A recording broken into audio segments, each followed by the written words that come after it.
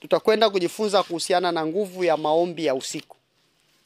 Nguvu ya maombi ya usiku. The power of midnight prayer. The power of midnight prayer. Tutakwenda kujifunza kuhusiana na nguvu ya maombi ya usiku. Nguvu ya maombi ya usiku. Mwana wa Mungu, nataka ufahamu ya kwamba usiku umegawanyika katika vipindi vikubwa vinne. Usiku umegawanyika katika vipindi vikubwa vinne. Na hivyo vipindi vikubwa vinne pia vimegawanyika katika vipindi viwili tofauti. Kuna vipindi vya kawaida na vipindi vya sadaka, au tunasema dhabihu, au tunasema a sacrifice time. Bwana Yesu asifiwe sana. Kwa hiyo mtu wa kawaida au Mkristo wa kawaida, mshirika wa kawaida, huwa anasali katika vipindi vya kawaida. Narudia tena, Mkristo wa kawaida, mshirika wa kawaida, huwa anasali katika vipindi vya kawaida. Na mshirika naemanisha huwa anasali katika vipindi vya sadaka au vipindi vya dhabihu. Tumuombe Mungu. Baba, katika jina la Yesu, naliweka somo hili mikononi mwako. Ninaharibu kila ukuta uliotengenezwa ili kuwazuia watu wako hawa wasielewe, kwa jina la Yesu. Bali Bwana ukahusike katika somo hili kwa bali ya umuhimu wa maombi ya usiku. Tawala masikio yao na mioyo yao katika jina la Yesu nimeomba na kuamini. Amen. Katika maombi yako unatakiwa kujua kwanza ni jambo gani unalolipitia na linahitaji maombi gani. Narudia tena. Katika maombi yako unatakiwa kujua ni jambo gani unalolipitia na linahitaji maombi gani. Je, linahitaji maombi ya kawaida au linahitaji maombi ya dhabihu au maombi ya sadaka? A sacrifice prayer. Kuna sacrifice prayer na kuna maombi ya kawaida ya watu wa kawaida. Kwa sababu kila mtu anaomba. Hata watoto wanaomba, wazee wanaomba, vijana wanaomba. Yako mambo ambayo watu wanayachukua kuwa ni ya kawaida, lakini kumbe katika ulimwengu wa roho sio mambo ya kawaida, yanahitaji sadaka. Yanahitaji dhabihu. Ninaposema sadaka au dhabihu, maana yake yanahitaji kujitoa. Sio tu kuishia kutoa fedha, kujitoa na we mwenyewe. Yanaitwa maombi ya kujimaliza. Haya ndo maombi ambayo nakumbuka wakati naanza huduma. Nimeanza huduma nikiwa natokea Agustifu. Vijana niliowafundisha nyakati zile walikuwa moto. Kadri siku zilivyokuwa zinaendelea wakaendelea kuwa wabaridi na kupoa. Wengine washakuwa maji kama ya mtoni. Washapoa kabisa. Yale ndo maombi nilioanza na ndo huduma nilioanza. Huduma yangu nilioianza uweze kujua kwamba mimi huduma yangu ni ya kulifanya kanisa. Hili kanisa, ili kwa njia ya kanisa hekima ya Mungu ijulikane katika falme na mamlaka katika ulimwengu wa roho.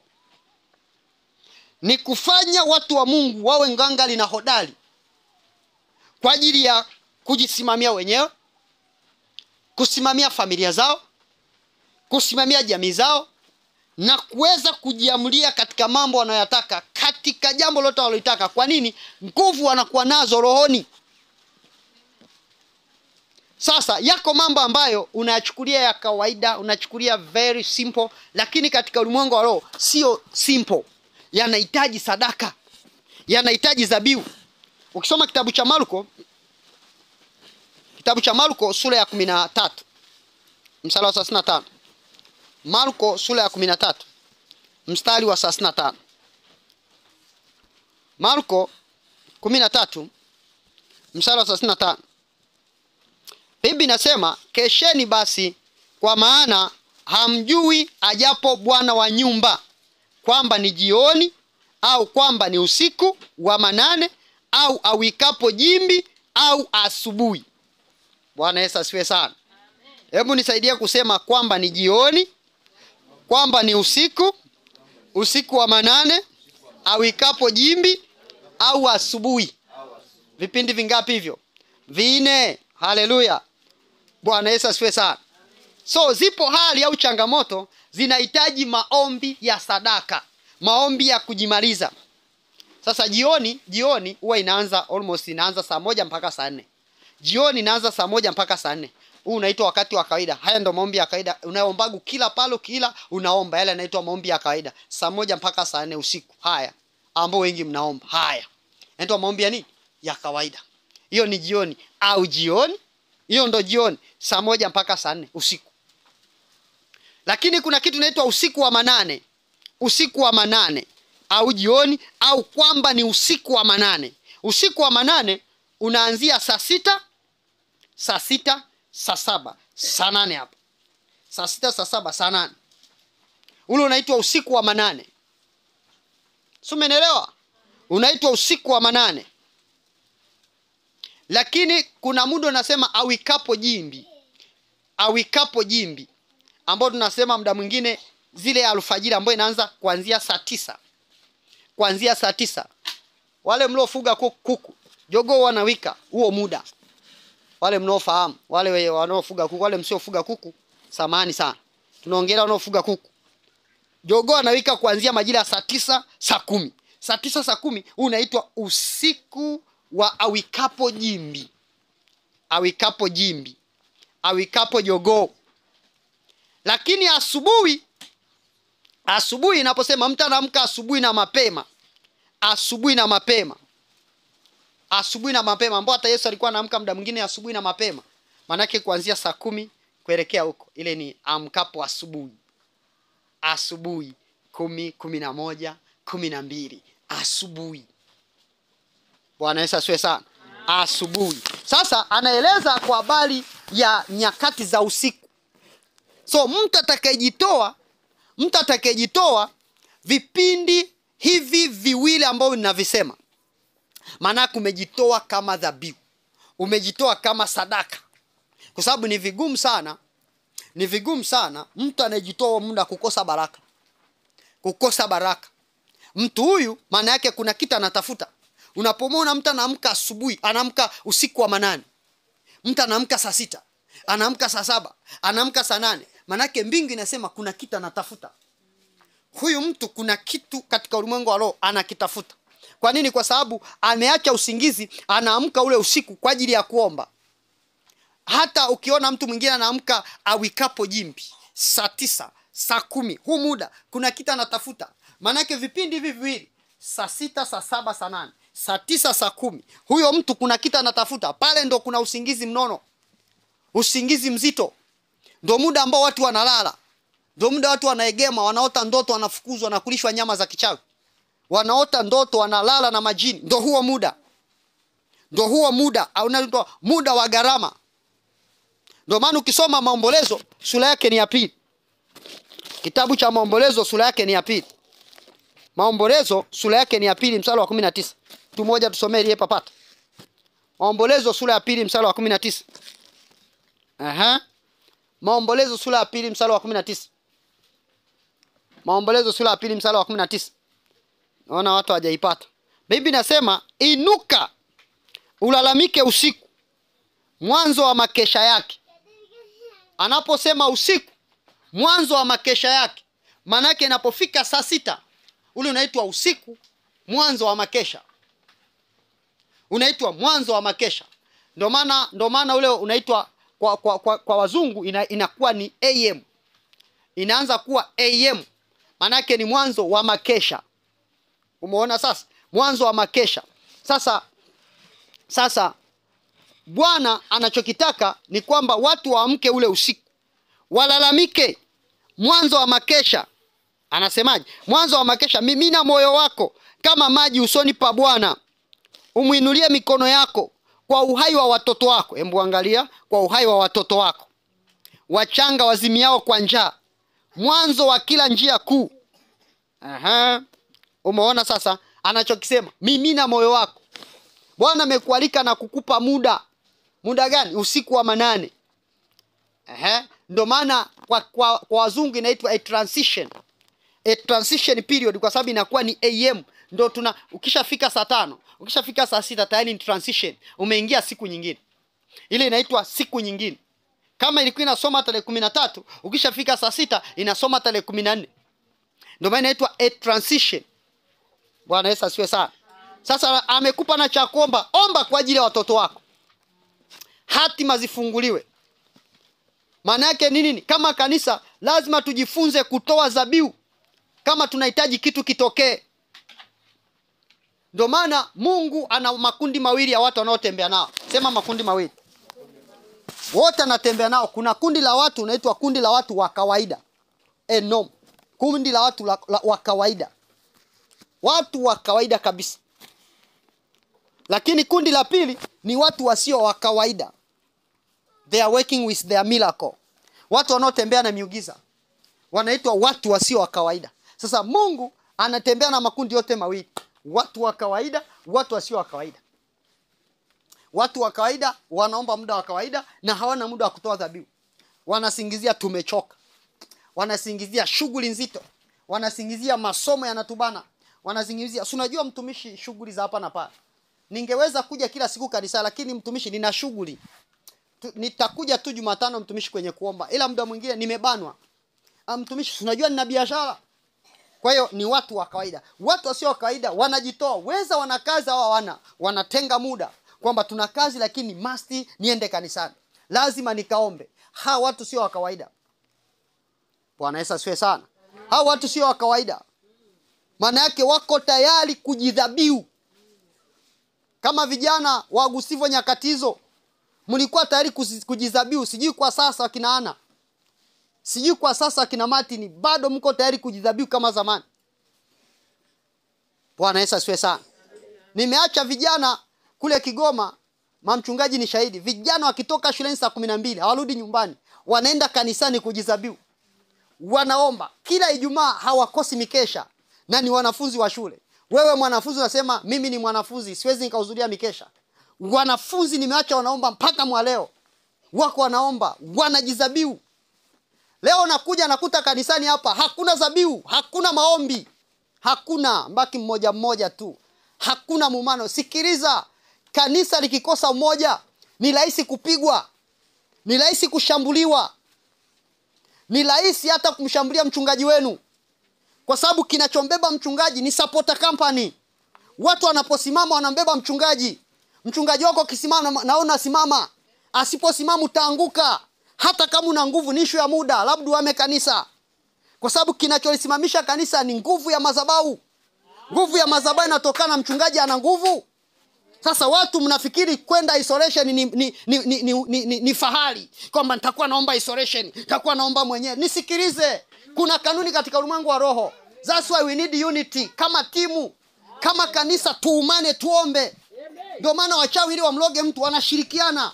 Mchaweza akakuloga wewe kama wewe, anatafuta timu, connection, washiriki nguvu za huyu, huyu ana kipapa cha mguu wa kuku, huyu ana kipapa si cha mguu wa kondoo, wanashirikiana wakuloge wewe. Alafu wewe mlokole unaenda isolation, eti nina nguvu mimi kama mimi. Listen my dear, we need as a unity. Ndio maana kanisa hili, sikiza nikwambie, nguvu ya kanisa ni umoja. Umoja unaanza katika maombi. Wawili wenu watakapopatana kwa jambo lolote, watakaloomba kwa Baba wa mbinguni. Biblia inasema Baba wa mbinguni atawatendea. Bwana Yesu asifiwe sana. Ndicho hicho ambacho nakisema hapa. Kwamba watu wa kawaida wanachukulia mambo ya rohoni kwa kawaida. Maana yake hawako tayari kulipa nini? Kulipa dhabihu. Ukisoma Zaburi ya 95. Zaburi ya 95. Msomaji wa Biblia unafungua haraka. Zaburi ya 95. Soma mstari wa 8. Msifanye migumu mioyo yenu. Msifanye migumu mioyo yenu. Kama vile huko Meriba. Kama vile huko Meriba. Kama siku ya Masa jangwani. Siku ya Masa jangwani. Hapo waliponijaribu baba zetu. Wakanipima wakayaona matendo yangu. Wakanipima wakayaona matendo yangu. Miaka 40 nalihuzunika na kizazi. Hebu sikiliza, miaka 40 Bwana alikuwa anahuzunika. Sikiliza, mchungaji anapohuzunika baba anahuzunika. Nisikilize, usipomfanya mtumishi wako kuwa na furaha, Mungu atakuonea pia hasira wewe. People they don't know. Mungu ahuzunike, ukaona Mungu atakuja kuhuzunikia wewe. Anakuzunikia wewe kwa mwenendo kupitia kiongozi wako kwamba mwenendo usijaufurahia. Manake Mungu hajaufurahia mwenendo wako. Si lazima aje Mungu akwambie sasa mwanangu, nakwambia leo mwanangu Ana, mwanangu Winnie, mwanangu Sara sijaufurahia mwenendo wako. No, he's talking through your pastor, through your leader. God is just talking with you. My daughter, stop sleeping. Mwamshe ubinti, usilale. Nataka kila mmoja nione. Siweka kuchapa makofi ya mwilini na rohoni. Sasa ukiona hapa anakiongelea kwamba msiwe kama wazazi wenu siku ya Masa jangwani, wakanijaribu akasema wakaona matendo yangu. Bwana Yesu asiwe sana. Ukienda tena Zaburi ya 103 mstari wa 7. Ilibidi Mungu amjulishe Musa njia zake. Baada ya kuona hawa watu wana shingo ngumu. Sikiliza, katikati ya kizazi chenye watu wenye shingo ngumu leo, dunia leo, wewe ambao utakubali kumlingana Bwana, Bwana atakuonyesha njia zake. Bwana atakuonyesha mapito. Kwa sababu watu hawataki njia za Bwana. Wewe unapoonesha serious ya kutaka njia za Bwana, Bwana atakuonyesha njia. It is better you position yourself in the line of God, in the way of God, ili Mungu akuonyeshe njia. Zaburi ya 103 mstari wa 7 anasemaje? Mungu anasema. Inasemaje? Alimjulisha Musa njia zake. Wana wa Israeli matendo yake. Wana wa Israeli matendo yake. Can you imagine? Leo kanisa la leo wanataka matendo. They are just asking about miracle. Hawataki njia. Wataki njia za Bwana. Kwa wanapapalika tu kwa habari ya miracle, matendo. Ndio maana utaangalia watakimbilia kwa mitume na manabii, sio mbaya waende, lakini lengo lao ni kuona matendo. Yaani wanataka akifika tu nabii amtamkie kitu kitokee, akarudi akaendelea na njia zake, akaendelea na maisha yake, akaendelea na anasa zake. Ndicho wanachotaka. Kwa sababu nabii atakufundisha njia. Nabii atakufundisha miracle. Hasa siongei manabii wa Bwana, hasa manabii wa uongo. Atakachokifundisha ni about miracle. Na atakufundisha namna ya kujisimamia. Atakachokifanya cha ziada zaidi, atakupa na kitambaa cha 20,000. Akwambia ukipata magonjwa kiweke usoni. Huyo ni nabii. Ambao Waswahili wanasema nabii wa michongo. Atakupa hicho. Hata kuambia omba usiku wa manane. Hata kuambia amka jitese. Kwa sababu anajua anakufunika uende kuzimu ukateseke kwenye moto.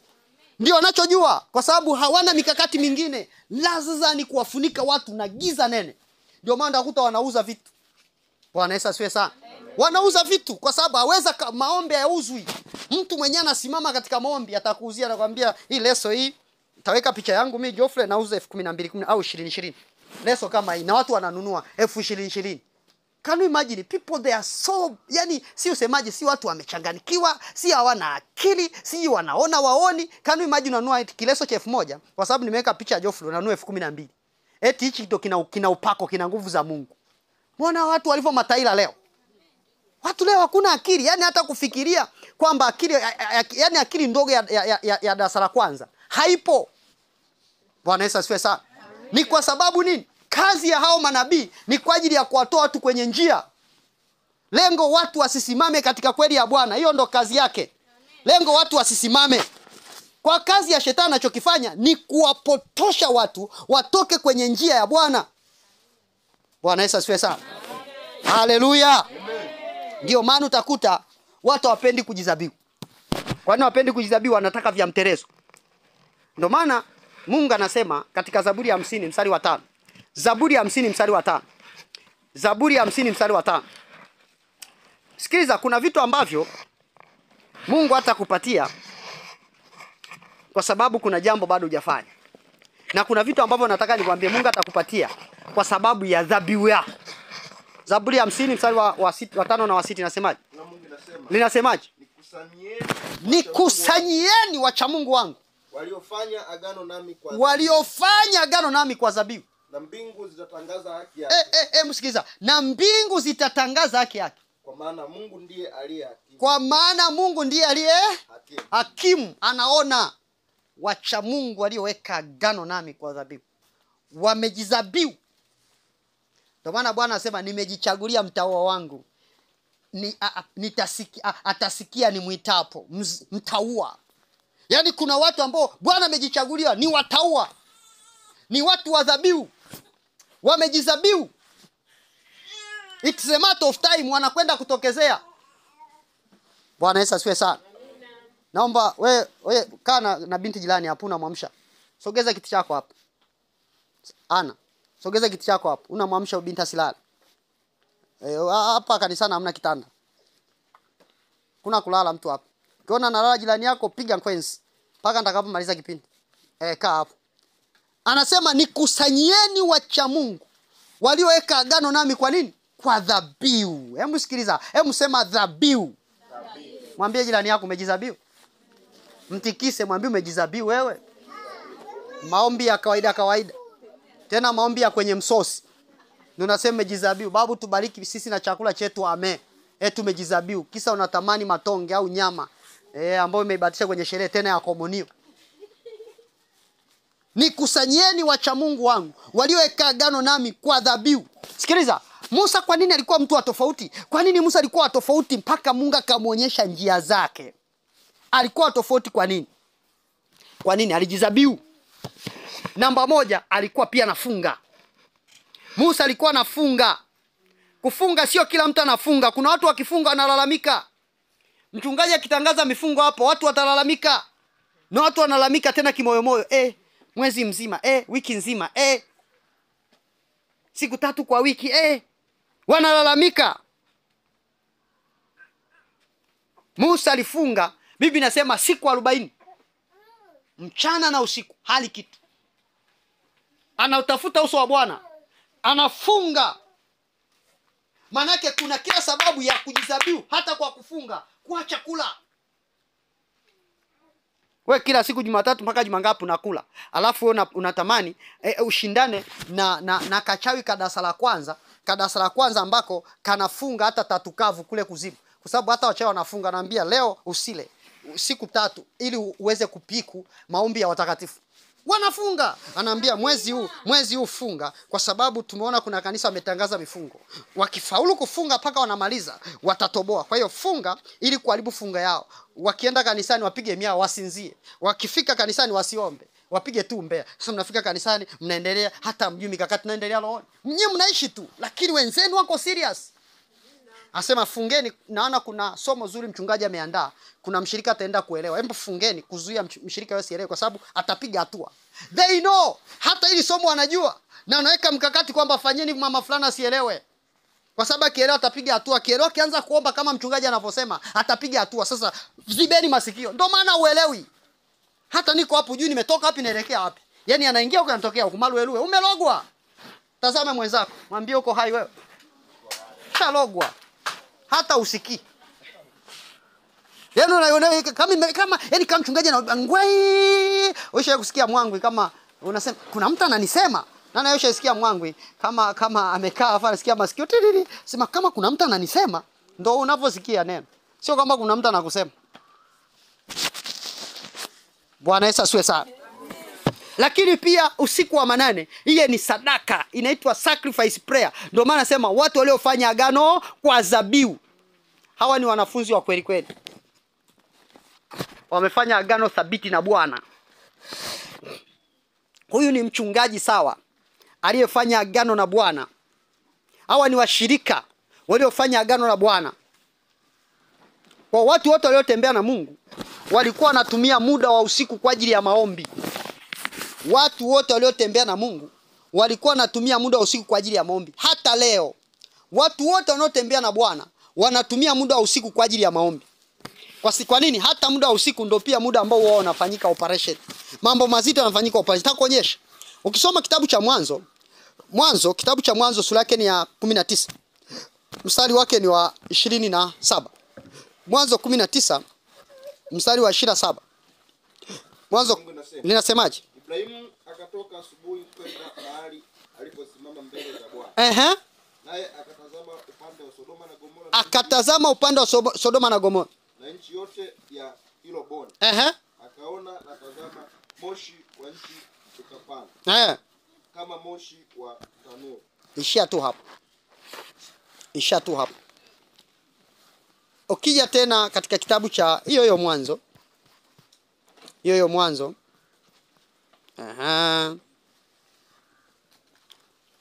Oh, hallelujah, hallelujah, hallelujah. Oh. Hiyo Mwanzo. Inaeleza acha utasoma kwa muda wako, nadhani Mwanzo 28 20 ngapi. Inaeleza Yakobo alivyotoka usiku. Alivyotoka usiku. Alivyo lala, wakati hajalala akiwa anatembea hajakutana na Mungu. Lakini usiku wakati amechoka kalala. Alivyolala akaona maono. Akaona ngazi, malaika wanapanda kufanya nini? Na kushuka. Akasema, mahali hapa pana Mungu. Usiku alipolala. Ndio maana hata Mungu aliona ili niseme na Yakobo lazima niseme naye ikiwa amelala. Ndio maana mara nyingi watu Mungu anasema na sisi tukiwa tumelala usiku wa manane. Ukiwa umelala, kwa nini mchana asemi na wewe?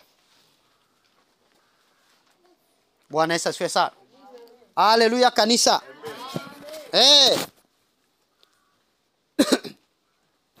Maisha yako na huduma yako vinakutegemea wewe. Hakuna kitu kitakachoharibu maisha yako kama wewe kupenda usingizi. Narudia tena, hakuna chochote kitakachoharibu maisha yako kama wewe kupenda usingizi. Maana yake kitu kitakachoharibu maisha yako ni nini? Kitu kitakachoharibu maisha yako ni nini? Usingizi.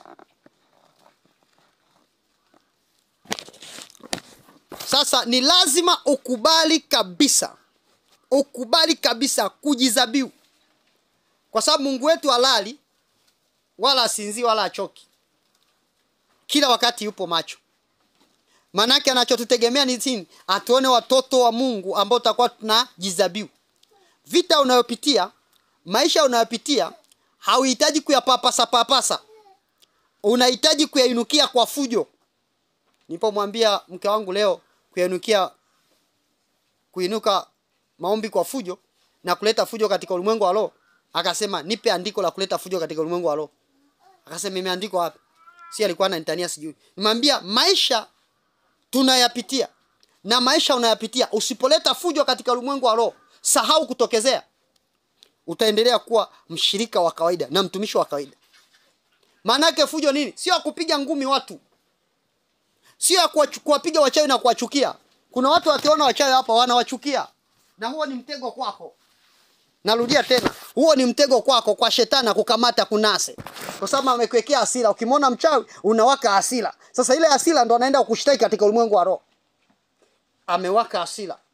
Hujui ni mtego kwako. Wenzako katika ulimwengu wa roho, hatuwachukii katika ulimwengu wa mwili. Tunaenda katika ulimwengu wa roho kuleta fujo. Kuleta zahama kule. Bwana Yesu asifiwe sana. Kuna watu hapa akiona mchawi ameenda nyumbani kwake, hata mkaribisha wala maji hata mpa. Akishasikia tu ni mchawi, akimuona atatafunga na mlango. Huo ni mtego kwako. I'm speaking with somebody. Ni mtego. Shetani ana hila. Anajua. Sio, unanielewa? Yaani wewe unafikiri tunaenenda katika mwili. Ndo pole yako. Yeye unafikiri tunaenenda katika mwili. Yaani vita vyetu si ni vya mwilini sisi. Sisi vita vyetu si vya mwili. Vingekuwa ni vya mwili tungekuwa tunashika mapanga na kuuana kama zamani. Bibi nasema usimwache mwanamke mchawi kuishi. Zamani alikuwa anauliwa mpaka nakufa. Sio leo. Leo ukikamata kisu kaua utahukumiwa miaka 30 jela, lakini pia Mungu atakasema mpumbavu wewe. Sehemu yao ni kuzimu. Nani alikwambia uchukue kisu? Bwana umesema tuwaue mpaka kufa. Ndo nikwambia uchukue kisu. Utakamana mbea mjinga na mpumbavu. Una akili. Kwa lazima ujue kwamba maisha yetu sisi sio hayo. Kwa shetani anajua namna gani ambavyo niweze kumkamata huyu. Maisha yako wewe hahitaji kupapasa. Vita vyako wewe havihitaji kupapasa. Lazima ugeuze usiku wako kuwa silaha. Mwambie jirani yako geuza usiku wako kuwa silaha. Mwambie tena geuza usiku wako kuwa silaha. Inukia changamoto yako kwa fujo. Mwanamke funga kanga yako kiunoni. Mwambie liwalo na liwe. Leo lazima nitoke. Lazima nitoboe. Nina usingizi sawa. Haijalishi. Lazima nete fujo. Unaamuka kabisa unaleta fujo. Nataka nikwambie baada ya wiki, miezi miwili, miezi mitatu. Wanasema yule ndo mama fulani. Yule ndo mama fulani. Wanakushangaa. Kwa nini umeleta fujo katika ulimwengu wa roho? Lakini usipoleta fujo katika ulimwengu wa roho, katakuja kachaye kaambia umelala mama fulani, umelala. Kanaanza kuchezeana mabodi. Haya, lala, kana kuchezea mabodi, kana kukalia. Ndio utakuna tia huruma hapa kanisani. Mchungaji akisema tuje kwenye maombi, huwezi kuja. Tuje kwenye mikesha, huwezi kuja. Nakuwa chanzo cha kulibomoa na kulivunja kanisa, kulirudisha nyuma. Tunalalamika washirika ongezeke. Wewe ndo mchawi, wewe usiyeomba. Usimlaumu mchawi, ni wewe ndo mchawi namba 1. Unailoga kanisa usiyeomba. Yaani Luka, sisemi wachawi nisiwajua. Yaani mchawi na kuona wewe usiyeomba, ndo mchawi wa mchungaji. Ndo hutaki tusonge mbele. Tungeomba hapa, kanisa lingeongezeka. Lakini unapomwachia mchungaji aombe, aje usika ombe kwenye mkesha, wewe ndo mchawi. Uliyesema mchungaji nimeamini, tuko pamoja, alafu hatuko pamoja. You are witchcraft. Wewe ndo mwanga namba 1. Kila mtu anitazame. Nasema hivi, wewe ndo mchawi namba 1.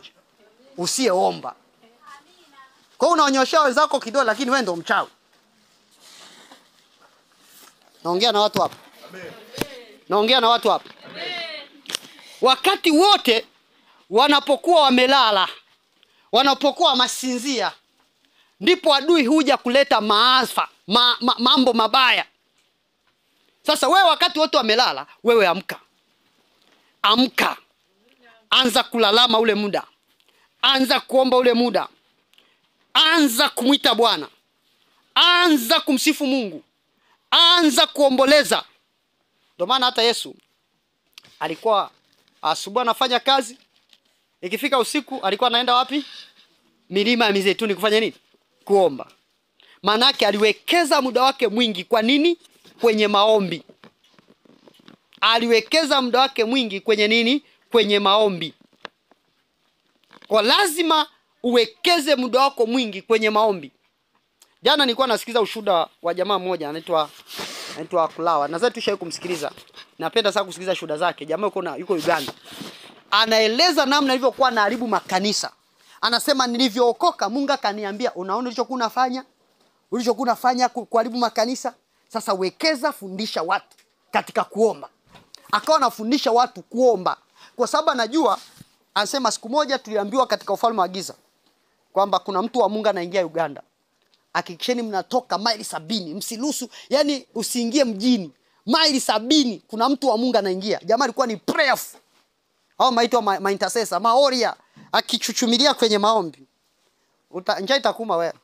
Kama umesema tufunge masaa 12, anakuja kushtuka anasema amen saa 6 usiku. Hafikiri chakula kama unavyoomba huko, unaangalia hivi chakula utakula saa ngapi? Huko unaomba. Unafikia saa 12 kwenda kufuturu. Bwana Yesu asifiwe sana. Anasema akaambiwa na yule mkuu wao kwamba msiingie mjini. Anasema ndani ya siku kadhaa tena atakapoondoka msiingie, kwa sababu nguvu yake itaendelea kuwepo kwenye anga. Nguvu ya maombi. Kwa hiyo mtu anayeomba, yani mtu anayeomba hana woga. Unajua kwa nini tumezalisha kanisa la oga ofu? Hawana maombi. Hakuna maombi. Bwana Yesu asifiwe sana. Hakuna maombi. Ndio maana tumezalisha kanisa la watu waoga na wenye ofu. Bwana Yesu asifiwe sana. Hakuna maombi. Ndio maana utakuta mtu akwambia, yani wewe usimpe mchawi mkono, ukimpa mchawi mkono yeye atakuloga. Kwa unakuta mlokole hivi. Yani mpaka unajiuliza kati ya Yesu wako na mchawi nani ana nguvu? Sasa unakuta yani mpaka anaogopa kumshika mchawi mkono. Yani akishasikia tu ni mchawi anaogopa, nikimshika nguvu zangu zitaisha. Mufilis, hakuna nguvu. Yesu angefufuka leo kama nyakati zile, angefufuka leo nyakati zile afa kute wanafunzi wake wanafanya hivyo, unafikia angesemaje? Ndio maana akawaambia aheri mtu asiyeona akaamini. Akamwambia Bartomao, nadhani ni Tomaso. Tomaso sema nisipoangalia miguu yako siamini. Sio, umeelewa? Na nisipoangalia misumari sifanyi nini? Siamini. Akasema njoo uone. Aheri yule atakaye amini pasipo kuona.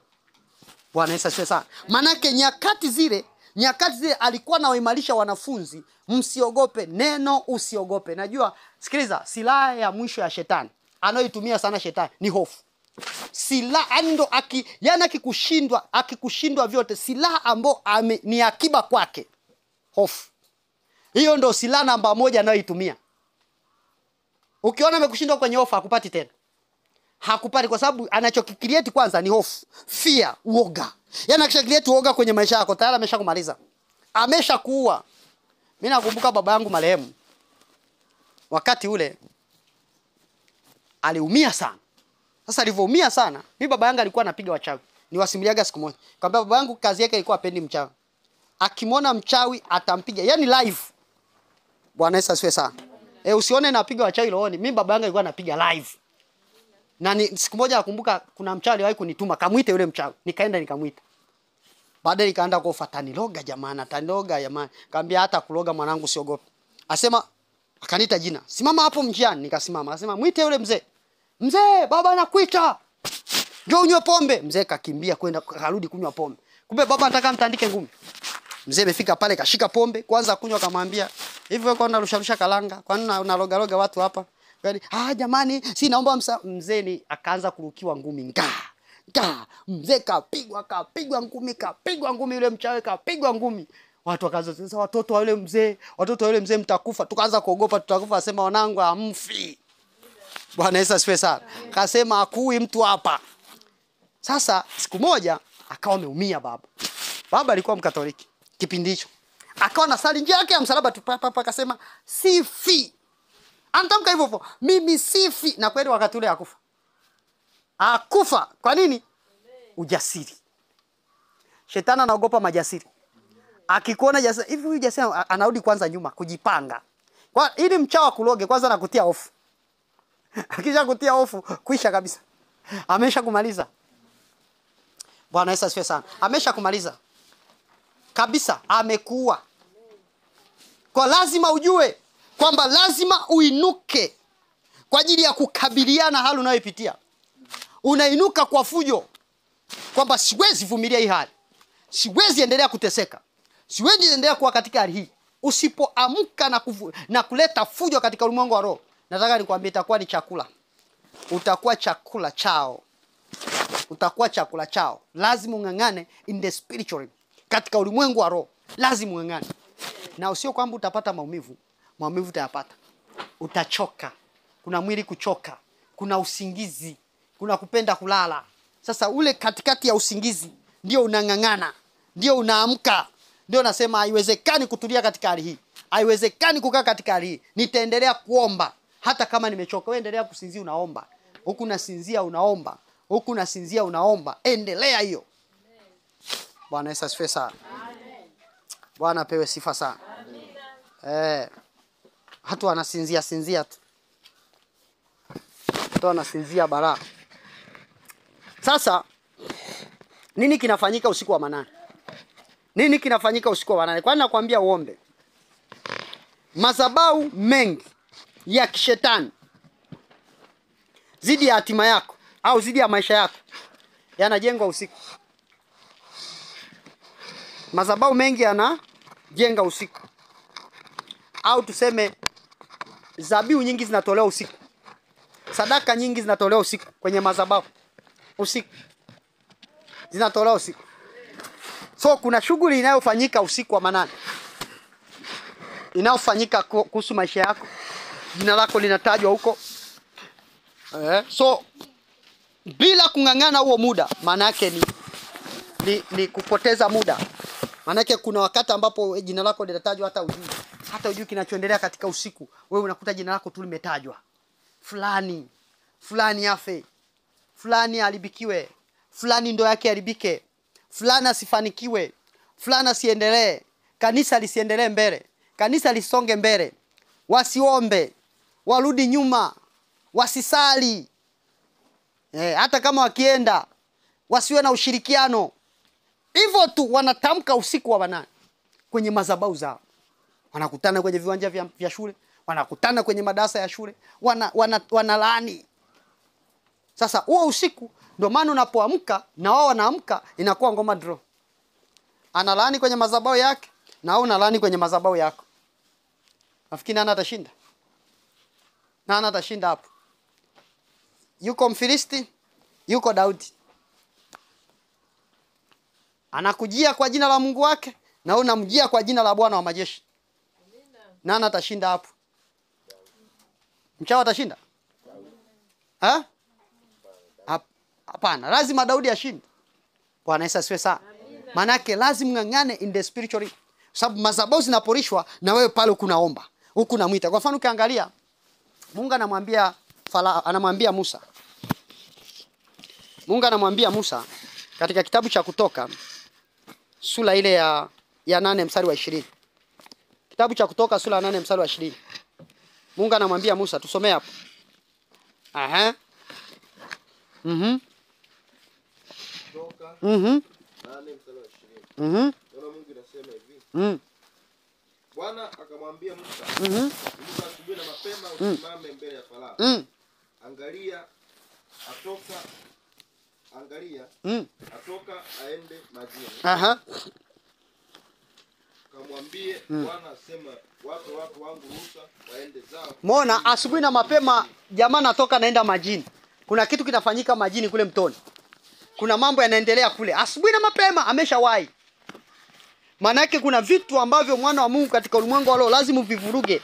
Lazima wanyime kutoa madhabahu wiki nzima, wanyime kutoa madhabahu, wanyime kutoa sadaka, wanyime kutoa sacrifice wiki nzima. Unapowanyima wiki nzima kutoa sadaka, manake kuna mambo yanaanza kupenyeza kwenye maisha yako. Kuna mambo yanaanza kutokea kwenye maisha yako. Namba 2, wakati ambao adui anaharibu hatima au maisha ya watu. Usiku ni wakati ambao adui anaharibu maisha nini? Ya watu. Ayubu 34 mstari wa 20. Ayubu 34 mstari wa 20. Aha. Tusome hapo. Ayubu 34 mstari wa 20. Ayubu 34 mstari wa 20. Neno Mungu linasema, Aha. kufa ghafla hata usiku wa manane. Watu utikisika na kwenda zao. Utikisika na kwenda zao. Nao mashujaa huondolewa pasipo mkono wa mtu. Hebu sikiza, mashujaa huondolewa pasipo mkono wa mtu, Kwani macho yake ya juu ya njia za mtu. Naye uiona miendo yake yote. Ishia tu hapo. Mashujaa wanakatwa. Sikiza, mchungaji au mtumishi au mtu yeyote ambaye anamogopesha shetani, anamogopesha adui, atakachoanza kupambana shetani kumpa usingizi. Ukishaanza kuona usingizi umeanza, ujue kuna mogopesha shetani na kuogopa kwamba hutu kimwacha tu kwa maombi yake. Sikiliza, kuna watu ambao kupitia maombi yake anapenya katika ulimwengu wa roho. Yana akisema, Baba katika jina la Yesu ninasogea mbele zako nikileta mji wangu. Kweli mji unapelekwa mbele za Bwana. Shetani anasema, mpeni usingizi. Aache kuomba. Anakupa usingizi. Barikiwe sana mama. Kwa amina yako. Anakupa usingizi, unalala. Ndio maana nakuta mtu anaomba, alikuwa anaomba paka amejisahau, amesinzia kabisa. Amelala. Na alikuwa anaomba, kuja kushtuka, kumbe nilikuwa naomba. Ngoja nikalale kabisa. Anaenda analala.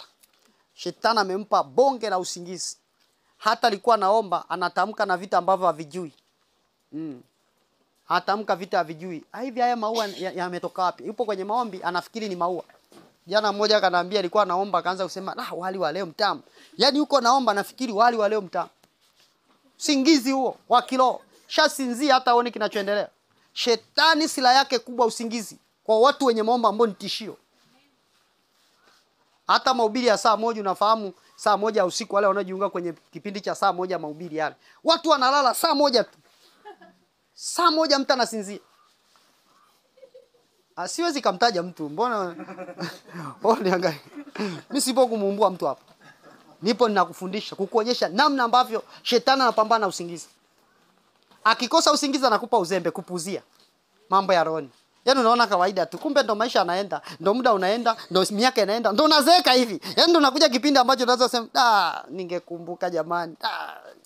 Ndo imeisha, imetoka hivi, kwisha habari. Ndio unafanya uzembe, kupuzia usingizi. Ukifika saa ngapi umechoka unalala. Kilala saa 4 hapo. Kuja kuamsha saa 11, umepiga miao umechoka. Taomba nusu saa, shughuli za hapa na pale za nyumbani umechoka. Uwezi.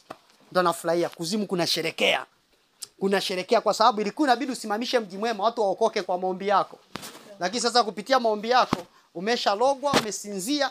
Kulogwa usifikiri mpaka eti mguu wako uvimbe. Hata usingizi wenyewe umelogwa. Utafikia mimi mlokole siwezi kulogwa, umelogwa. Ndio maana unalala fofofo, wamekuloga. Ule ni uchawi. Macho yako mazito hata kanisani. Unalala hata kanisani, hakuna kiti, hakuna kitanda unalala. Umelogwa. Bwana Yesu asifiwe sana. Sasa ni kazi ya shetani kupambana na watu hao. Watu ambao ni tishio. So usiku wa manane adui ndipo anafanya nini? Analeta uharibifu usiku wa manane. Tishio kwa ibilisi ni usiku wa manane. Shetani hapendi sana usiku wa manane. Hapendi sana. Shetani anakungoja usiku wa manane ili njia ya kutunza nini? Neema na kibali ya kuomba maombi ya dhabihu. Anakuja usiku wa manane ili akuzuie usiendelee kutunza neema uliopewa na Bwana. Ndio anakutaka huo muda. Ulishawahi kujiuliza kwa nini shetani anafanya kazi usiku sana? Si kwamba afanyi mchana, mchana anafanya, lakini usiku sana ndio muda anaofanya. Unajua kwa nini anafanya huo muda? Kwa sababu anajua watu wamelala, hawamuoni. Ndio maana ukuta anafanya kazi usiku kwa fujo. Bwana Yesu asifiwe sana. Ukisoma Zaburi ya 36 mstari wa 20. Ayubu 36 mstari wa 20. Ayubu 36 mstari wa 20.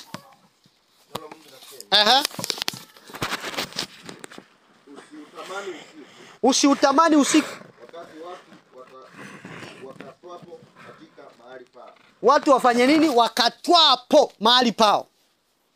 Usiutazame uovu. Jitunze usitazame uovu. Kwani umeuchagua huo zaidi ya taabu. Sikiliza, unatamani usiku, usiku ndo watu wanakatwa. Yaani usiku wakati tunasema jamani, muda umefika wa kulala, ndio shara nasema muda umefika wa kukatwa. Muda umefika wewe wa kukukata. Ndio maana watu wote walioweza kufanya usiku kuwa mchana na mchana kuwa usiku, lazima washinde kwenye maisha yao. Lazima washinde. Ndugu zangu, tuna kila sababu ya kuomba maombi ya ukombozi. Acheni kujihesabia haki. Acheni kujiona kwamba mko sawa. Acha kujiona kwamba wewe umekamilika. Mimi naingia mbinguni. Sikiliza nikwambie, usijirishe upepo. Kuokoka ni jambo lingine.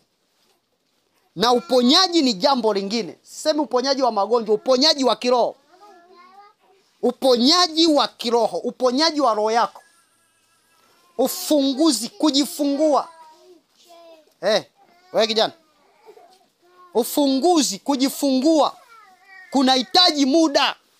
Usipopata muda wa uponyaji wa maisha yako ya kiroho, nataka nikwambie watuzaji wa watoto, mbona siwaoni? Kanisa, mbona mjigawi kwenye kazi zenu? Kwa nataka nikwambie, utakuwa unaona kwamba uko sawa. Kama Biblia inasema iko njia ionekano njema machoni pa mtu, lakini mwisho wake ni njia za nini? Za mauti. Kumbe na kila sababu ya kuanza kuishi maisha ya ukombozi. Hata kiti kile kama ana kingine kipo pale kiti, nikalisha hata hapo. Utakuwa unapambana maisha, lakini bado kuna vifungo vinakungangania. Bado umefungwa. Bado umeelemewa. Kumbe una kila sababu ya kuhitaji maisha ya uponyaji. Usilizike hapo. Usilizike na hali ulionayo. Ukaona mimi kwa sababu naitwa mlokole napewa Bwana Yesu asifiwe, basi mimi ni wa mbinguni. Nani kakudanganya? Kuna mchakato, kuna gharama hapa uilipe.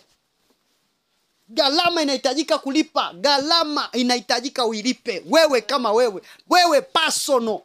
Gharama ya wewe utaombewa sawa, lakini kuna gharama yako binafsi. Mtu yoyote kitaka kunifuata ajikane, jitwike msalaba wake. Hakuna anayembebea mwenzake msalaba. Mchungaji hata kubebea msalaba, wala mama mchungaji hata kubebea msalaba, utajibebea wewe.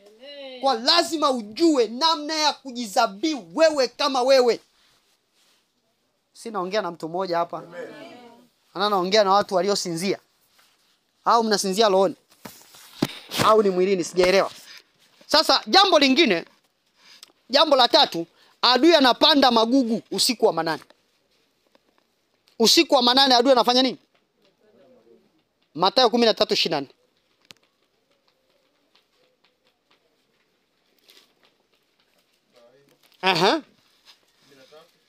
Mstari wa 24. Neno la Mungu linasema. Atawatolea mfano mwingine akisema. Mfalme wa mbinguni umefanana na mtu aliyepanda mbegu njema katika konde lake. Lakini watu walipolala akaja adui yake akapanda magugu katikati ya ngano akaenda zake. Anachokifanya anafanyaje? Akishapanda anafanya nini? Anaenda zake. Aisha tu hapo. Ndio kazi yake. Utashangaa mtu alikuwa mzuri, anaongea lugha nzuri, baada ya muda ameshachafuliwa lugha, ameshaanza kuongea matusi. Alikuwa mwema, ameacha wema. Alikuwa naomba, ameacha kuomba. Alikuwa anasoma Biblia, kwa siku anasoma peji 3, ameacha kusoma. Alikuwa anafanya mikesha binafsi nyumbani kwake, chumbani kwake. Anaomba usiku wa manane, hata saa 1 analala. Hawezi omba tena. Kwa nini? adui alienda kupanda magugu katikati ya ngano akaenda zake. Kwa shetani anapanda katikati yako. Anapanda washirika au maajenti kanisani kwako. Anapanda usiku wa manane kwenye huduma yako. Anapanda. Kwa unashangaa una ugonjwa ambao hata hujui umetoka wapi. Ugonjwa umeingiaje huu? Kwa watu wanapolala, adui anafanya nini? Anakuja. Kanisa ambalo halina mikesha. Kanisa ambalo halina mikesha. Halina maombi. Halina mifungo. Mambo yanalipata hilo kanisa, utalihurumia. Shetani atalidanadana hilo. Shetani atalidanadana, sikwambie mtu. Shetani atalidanadana, sikwambie mtu. Kanisa ambalo linakosa haya mambo. Sababu kuna siri kubwa katika maombi. Siri kubwa katika maombi. Jambo la 4, adui huwa anabadilisha hatima ya watu usiku wa manane. Usiku adui huwa anabadilisha hatima. Wazungu wanasema exchange destination. Usiku adui anabadilisha hatima za watu. Anachukua akili ya yule anampa yule, anachukua akili ya yule anampa huyu, akili ya watoto anawapa watoto hao, anabadilisha hatima za watu. Anachukua hazina yako anampa mwingine.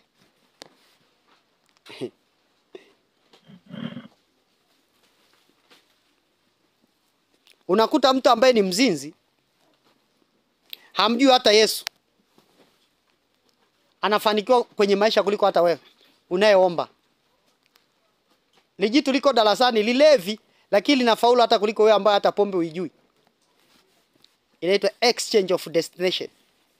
Unakuta unasoma sana, yani unaishi maisha vizuri, lakini adui amekubadilishia maisha huwezi elewa. Ndio anachokifanya. Kwa nini watu wa dunia wanafaulu, wanaishi maisha mazuri kuliko walokole? Exchange destination. Anabadilisha hatima. Pale unapolala anachukua baraka zako, anaenda anauzia watu Freemasonry huko, Illuminati. Wanawauzia huko.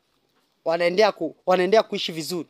Na unakuta mawakala wengi wanaotumika, unakuta wengine hawana fedha. Ila katika ulimwengu wa roho ni matajiri. Ila ulimwengu wa mwili hawana. Kwa mfano, utaangalia habari za wale wanawake wawili waliokuwa makahaba. Walipolala usiku kwa sababu ya pombe na uchovu, mmoja akamlalia mtoto wake kamuua. Usiku ule ule kambadilisha mtoto aliye hai, akamwekea mtoto aliye kufa. Na mtoto aliye kufa akamrudisha yule mama. Simeneo. Ndicho anachofanya adui.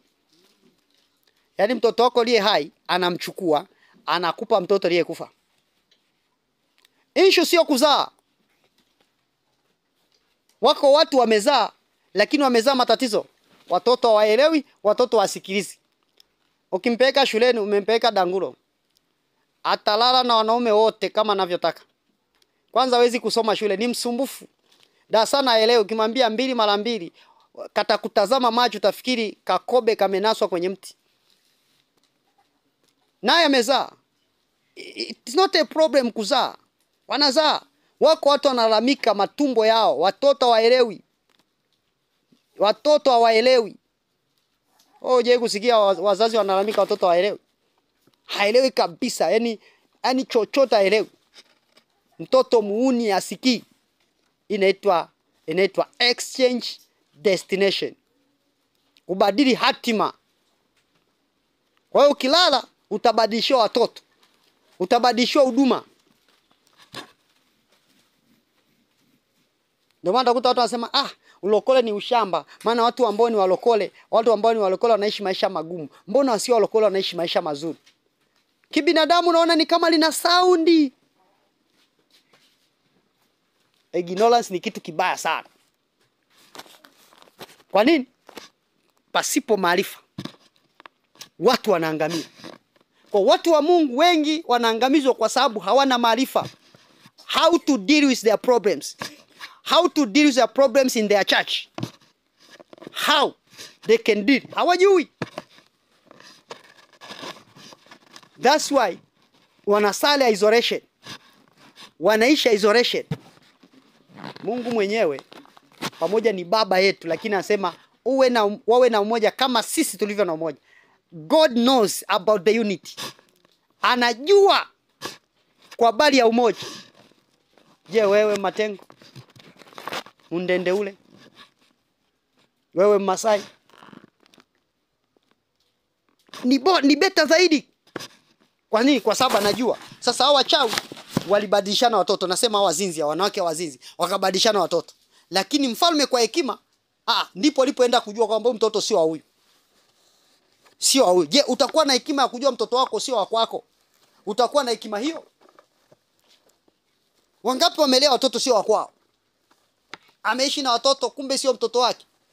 Miaka 6, miaka 10, miaka 30, mtoto anakuja kukombolewa. Kuna mama mmoja kule Bukoba, mtoto amezaa mtoto kabisa. Kumbe huyo nafsi yake ilichukuliwa akiwa darasa la pili. Hajawahi kuzaa mtoto. Wanakuja kumrudisha kwenye afya yake, wanaambia chukua mtoto wake. Mimi sijawahi kuzaa mtoto. Kumbe ilichukuliwa nafsi akiwa darasa la pili, kadogo. Anakuja anazaa sio yeye. Nafsi yake ilibiwa. Kumbe destination yake. Unamwona ni mtu mzima. Ndio maana unamuona mtu hapa ana miaka 30. Kumbe katika roho ana miaka 10. Amechukuliwa akiwa na miaka 10. Katika roho amechukuliwa akiwa katoto. Yaani utu uzima huu hamna kitu chochote, ni kopo. Tunamwona anatembea, nafsi yake haipo. Na yanafanyika. Tunaposema njoni kwenye maombi tufanye ukombozi, mnalala, hamtaki. Njoni kwenye ibada, hamtaki.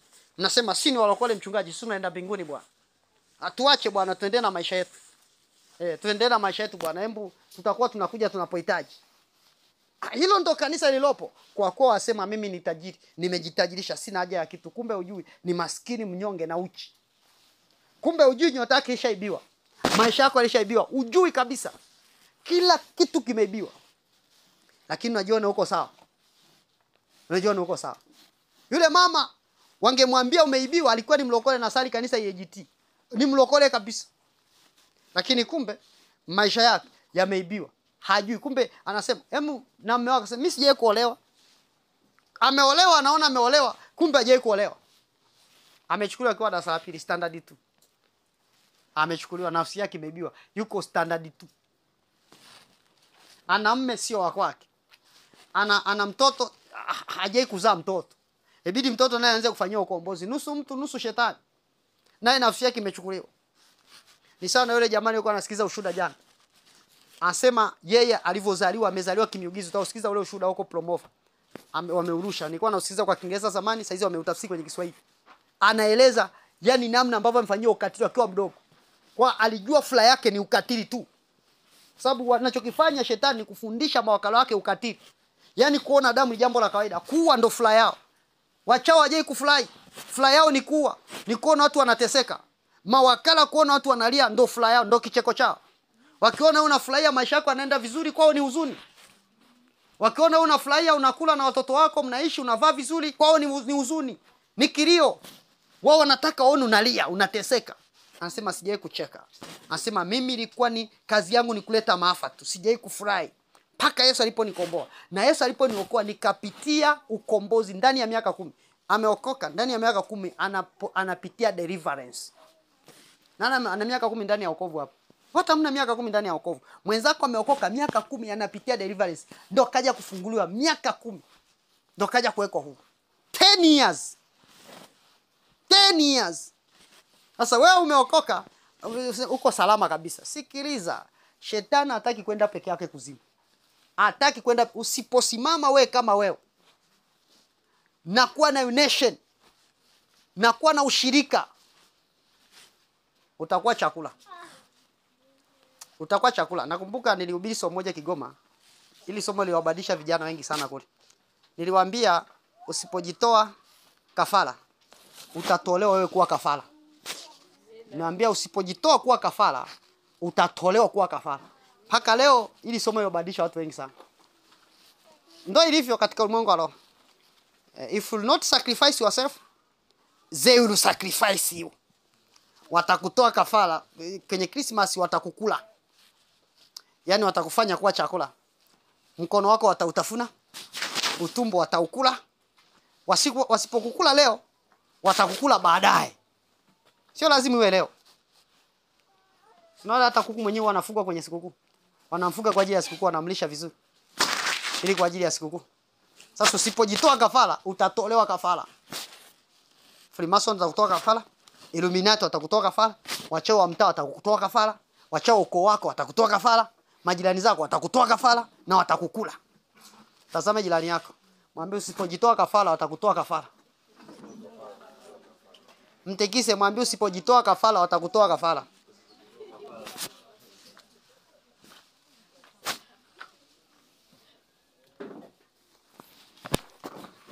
Jambo la 4, nimekwambia adui anabadilisha hatima za watu. Jambo la 5, adui usiku wa manane hutumia kurusha mishale ya uovu. Hutumia kurusha mishale ya uovu. Na tunafahamu mishale ni kitu kinachompata mtu ghafla.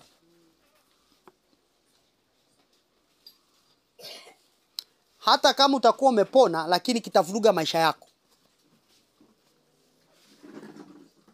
Maana yake anafanya kitu kinachovuruga nini? Maisha. Ukisoma Zaburi ya 91 mstari wa 5 na wa 6. Zaburi ya 91 mstari wa 5 na wa 6. Tusome hapo Zaburi ya 91 mstari wa 5 na wa 6. Zaburi ya 95 mstari wa 5 na wa 6. Zaburi ya 91 mstari wa 5 na wa 6. Aha. Utaogopa hofu ya usiku wala mshale ulukao mchana. Sikiliza, utaogopa hofu ya usiku. Kuna kitu kinaitwa hofu ya usiku. Hebu sema hofu ya usiku. Okay, hutaogopa hofu ya usiku wala nini? Mshale ulukao mchana. Mshale ulukao mchana, Wala tao nipitayo gizani. Wala tao nipitayo gizani. Wala uwele walibua. Wala uwele walibua zuri. Hebu listen. Anasema mshale ulukao mchana. Sikiliza, sio kwamba alirusha mchana, alirusha usiku. Kwa unakuta mtu anatembea pikipiki imemfuata miguu. Imemvunja mguu. Wasema jamani hii ajala haina kinga. Sio haina kinga. Ile mishale ilirushwa usiku. Ikakupata mchana. Ndio maana utakuta mlikuwa mnacheka vizuri na mke wako au mume wake, unashangaa anabadilika ghafla. Nataka tuachane hapa.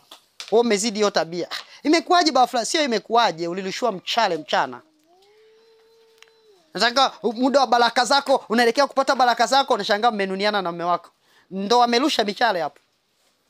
Nashangaa ghafla amani inatoweka. Jamani leo nakosa amani. Yaani mchungaji leo sina amani. Yaani natamani yaani sijui kwa kuna kitu sio kuna kitu, ndio mshale wa uharibifu. Mesha tupo hapo. Roho Mtakatifu anakunyima amani, uingie kwenye maombi.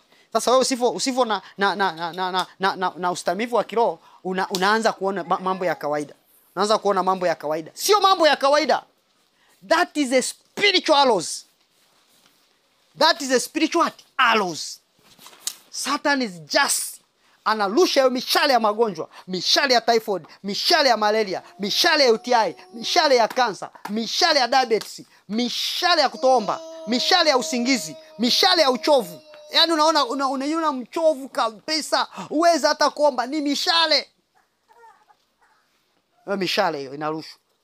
Wala mshale ulukao mchana, wala uwele walibua zuhuri. Ni mishale. Ndio maana unakuta watu wengine, unakuta amekufa ghafla amelala na kufa, mishale. Na koroma tu hii ghafla hakuna, wewe mnyang'anye hicho. Chukua hiyo. Ghafla unakuta mtu amfanya nini? Amekufa. Kwa nini amekufa? Mshale imerushwa. Sasa Biblia inasema utaogopa hofu ya usiku, wala mshale ulukao mchana, wala uwele walibua nini? Adhuhuri. Kwa nini utaogopa? Mtu anayesimama aketie mahali pa siri pake aliye juu. Sikiliza, aketie mahali pa siri pake aliye juu, atakaa chini ya uvuli wake Mwenyezi. Wewe unaketi mahali pa siri, wakati wenzako wanakoroma, wakati wenzako wanalala, wewe umeketi mahali pa siri pake aliye juu. Hutaogopa mishale, hata kama kirusha, you neutralize by the blood of Jesus. Hata kama atairusha, unaizima kwa damu ya Yesu. Hata kama anairusha, inaipunch huko. Kwa nini? Unaye Bwana. Bwana Yesu asifiwe sana. Haleluya kanisa. Hiyo ndo kazi ambayo shetani anaifanya usiku wa manane. Kazi anayoifanya. Sasa tunataka tufanye nini? Unalenga nini? Nifanye nini wewe usiku unapoamka? Maana yake nini? Namba 1, piga sifa za vita. Piga sifa za vita. Wazungu wanasema praise of warfare. Welfare. Nyimbo za kuabudu, ambazo zimejaa kumwabudu Mungu na kumsifu Mungu. Yaani unamshukuru Mungu ili hali hauna kitu. Mama mchukue mtoto, huyu mtoto anapiga kelele kwa huyu binti. Mchukue mtoto. Unamshukuru Mungu ili hali hauna kitu. Maana yake nini? Unachochea Mungu afanye kitu. Unasema Mungu asante kwa uzima. Umeniponya, nilikuwa naumwa tumbo. Ili hali unaona tumbo linanyonga. Niwaambia hivi nafikiri. Kwa nini wengine wanastahimili hawanywi dawa? Ili hali wanaumwa. Wewe ukiumwa unakimbilia dawa kwa nini? Wenzako hata kama wanaumwa, Mungu nakushukuru nimepona tumbo, na tumbo linanyonga. Akigeuka sema linauma. Anachochea player. Hebu naambia Mungu nakushukuru umenipa fedha, nina mali. Ni kweli hana kitu, hana hela, nakushukuru Bwana, yani nina hela na hana. Shetani anatafuta namna gani amzofishe, mkoseshe amani ya kuomba, nakosa. Mungu nakushukuru kwa sababu ninacho hiki. Si unanielewa wewe? Bwana Yesu asifiwe sana. Zaburi ya 119 mstari wa 62. Zaburi ya 119 mstari wa 62.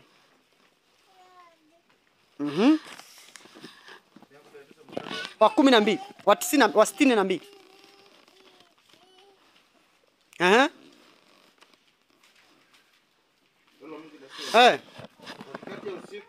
Katikati ya usiku nitaamka nikushukuru kwa sababu ya hukumu zako za haki. Endelea. Mimi ni mwenzao. Isha tu hapo. Katikati ya usiku nitaamka nikushukuru. Listen my dear. David said, katikati ya usiku mimi nitaamka nikushukuru. Maana ile katikati ya usiku unaamka. Bwana ninakushukuru. Kwanza nimefaulu na masomo yangu. Yaani katikati ya usiku unamshukuru Mungu. Unashukuru Mungu hata kama hauna, unashukuru. Mshukuru Mungu yale ambayo Bwana amekupa. Mshukuru Mungu vile ulivyo. Katikati ya nini? Ya usiku. In the midnight. Katikati ya nini? Ya usiku. Kwa pale umeamka unamshukuru Mungu. Baba ninakushukuru katika jina la Yesu. Umenipa uzima, umenipa ushindi. Ninakushukuru. Paza sauti mshukuru. If anyone hawa. Jambo la pili. Amuru siku yako. Eleza siku yako. Tabiria siku yako. Itabirie. Ipe siku mwongozo.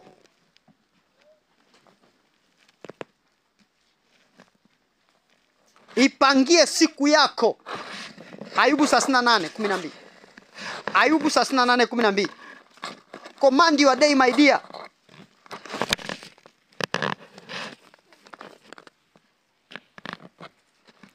Ishi kwa kile kitu ambacho nakitamkia wewe. Ayubu 38:12. Inasemaje? Job 38. Yes, 12. 12.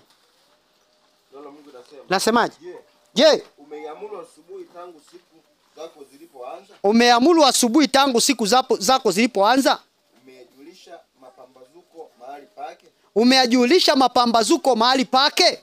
Yapate kuishika miisho ya nchi. Yapate kuishika miisho ya nchi. Waovu wakung'utwe. Listen, waovu wakung'utwe, wakawe mbali na hiyo siku yako.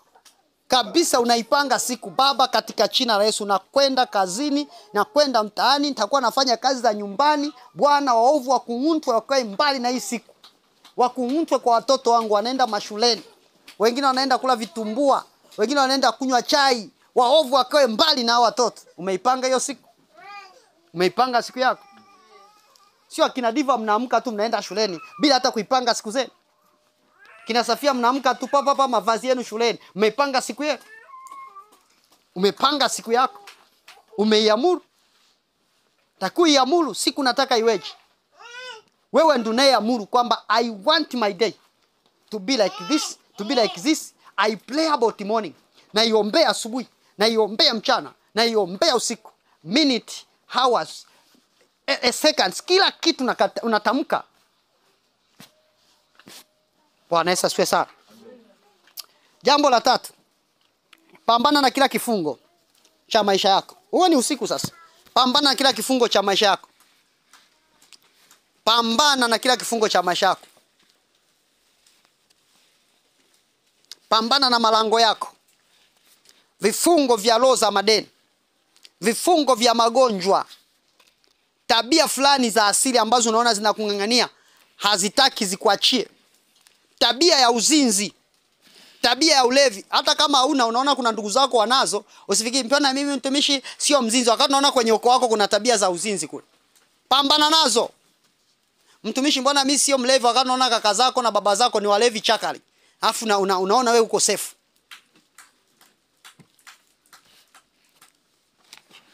Msingi wa familia. Kwa mfano wanawake wengi, unaona kwenu wanaoa wanawake wengi, au unaona ndoa zidumu. Alafu unaona kawaida, unaona watu wanakufa kwa magonjwa ya kufanana. Unaona kila wakati wao wana mapresha, wana makanza, wewe unaona uko sawa tu. Yaondoe hayo usiku wa manane. Unaona kabisa nyumbani kwenu kuna asili ya uchawi, kuna wachawi wengi kule, alafu unaona kawaida tu. You feel normal. Sio normal. Msingi wa maskini, unaona kabisa kwenu hakuna leo kumiliki gari. Hakuna leo kumiliki gari.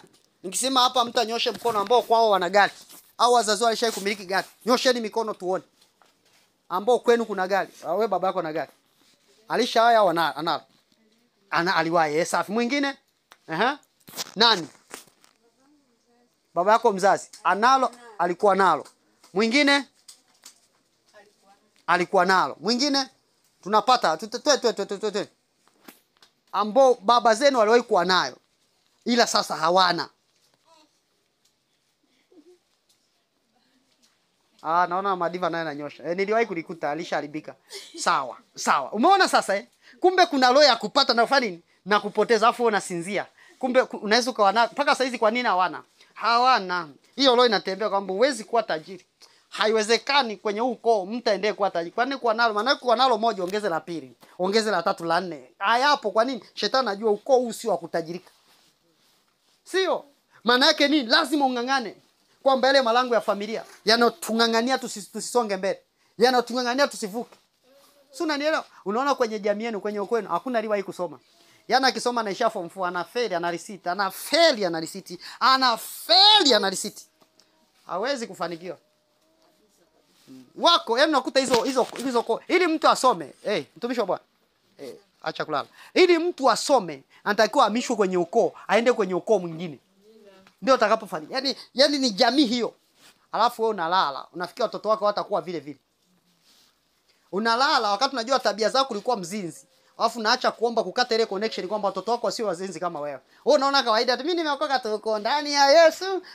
Wewe ile inaenda hadi kwa watoto wako. Ulivyokuwa mzinzi wataiga. Usipokata ile connection siende kwa watoto wako. Wewe unalala, unaona kawaida. Baada ya muda mtoto lako itakuwa lisumbufu kama wewe.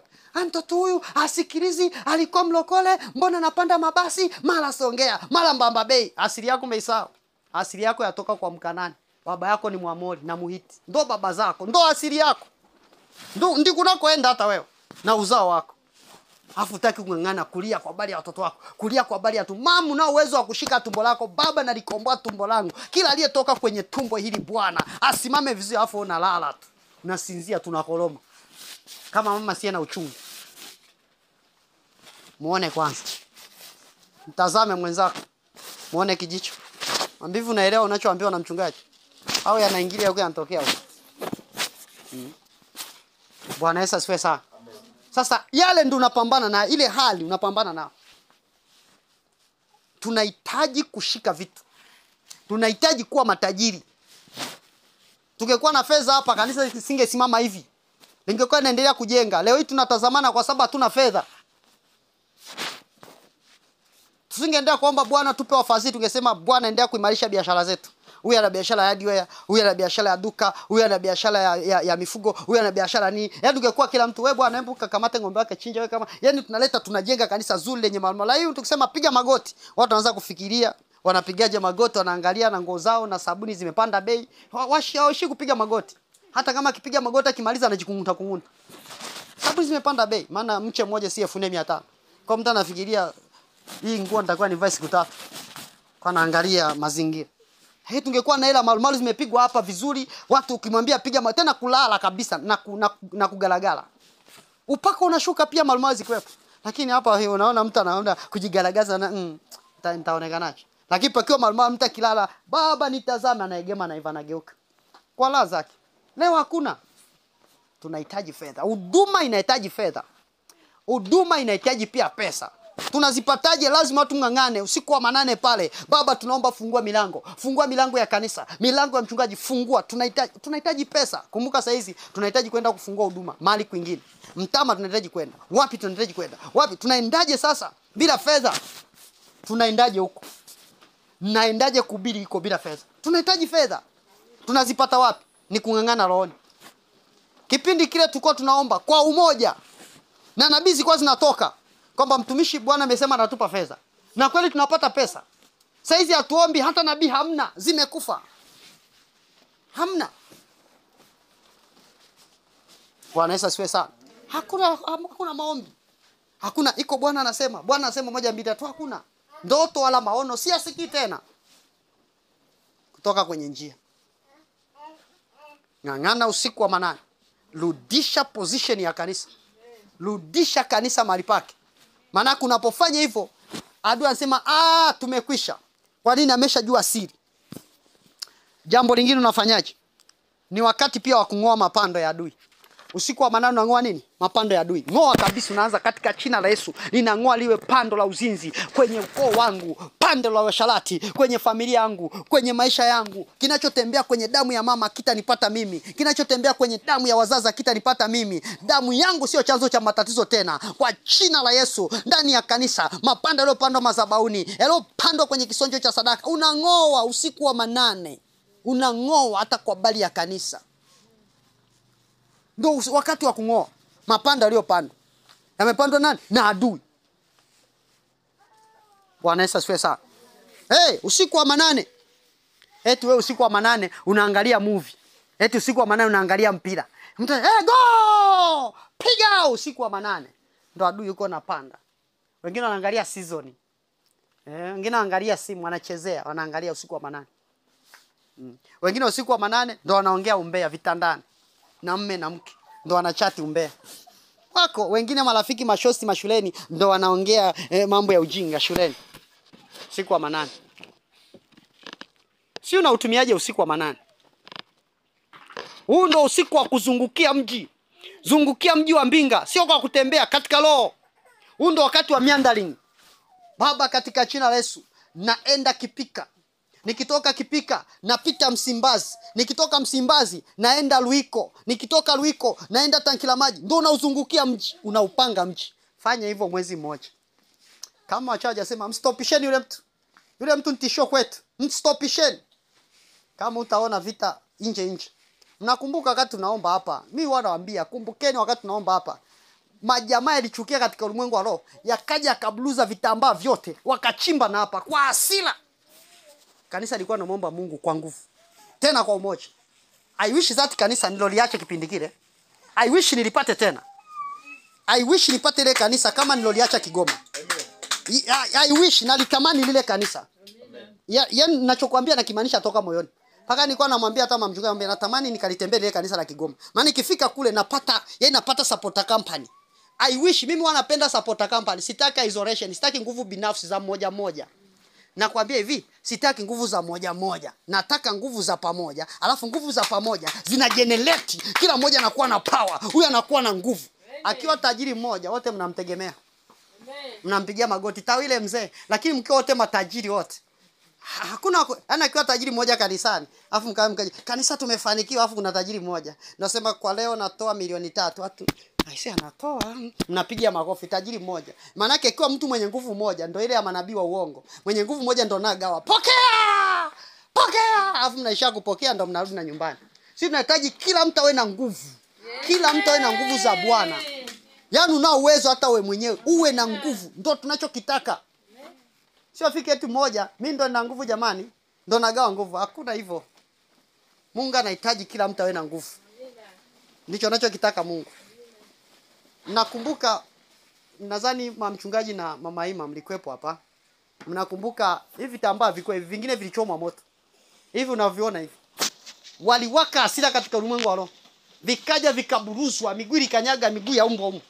Ya umbwa geti hapo tulikuwa tunafunga, limefungwa. Miguu ya umbwa imekanyaga, sio mtu, sio mtu, mbwa sio mumbu, imekanyaga hapa, vitambaa vyote vimezongwa chini. Na hapa pamechimbwa. Wewe uliona? Pamechimbwa kabisa. Kanisa lilikuwa naomba kwa mzigo. Wanawake walikuwa naomba, unakumbuka mama Ima, mama mchungaji, Enema, na nani yule mwingine? Mlikuwa wanne tu wanawake. Na nani mwingine? Mlikuwa 4 watatu. Kipindi kile mlikuwa 4 watatu. Mbona kama mlikuwa 4? Wanne ilikuwa nani? Na wewe ulikuwepo, au usijiache. Unajiongeza. Na wewe anasema alikuwepo. Bwana Yesu asifiwe sana. Na huyu jamaa anasema nilikuwepo. Unaona kanisa lilikuwa naomba kwa mzigo. Maombi ya agano, watu walikuwa wakichelewa mpaka dakika moja, unakuta mtu anayema mlangoni. Anaumia, amechelewa maombi. Anaumia. Watu mpaka unaona kanisa linafiri kitu, nasema hawa ndo watoto wangu. Hawa. Lakini nimeshabadilishia watoto. Wamenibadilishia. Nataka warudi watoto wangu kwa jina la Yesu. Nataka wale asili watoto wangu niliowazaa warudi. Yaani watu walikuwa naomba, wanakimbia kwenye maombi. Saa 10 neti. Yuko hapa. Akichelewa hata dakika moja anaumia. Leo mtu mpaka anajivuta kanisa. Saa ngapi leo? Ajivuta. Nitaenda. Yaani hafili, hana maumivu. Ndio walokole waenda mbinguni. Yaani haogopi, yaani yuko tu. Ule moto umeupeleka wapi?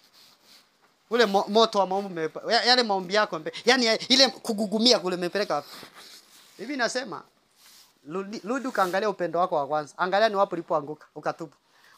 Usipotubu anasema takiondoa kinala kitoke mahali pake. Kinala ni kanisa. Kanisa ni wewe. Atakuondoa utoke mahali pako. Anakuondoa. Position yako toka. Umeshindwa kusimama kwenye position yako. Na muinua mwingine badala yako. Chukua hii position. Kwani nataki kusimama mahali petu kwenye zamu zetu. Sasa huo usiku tumia kungoa ile mapando.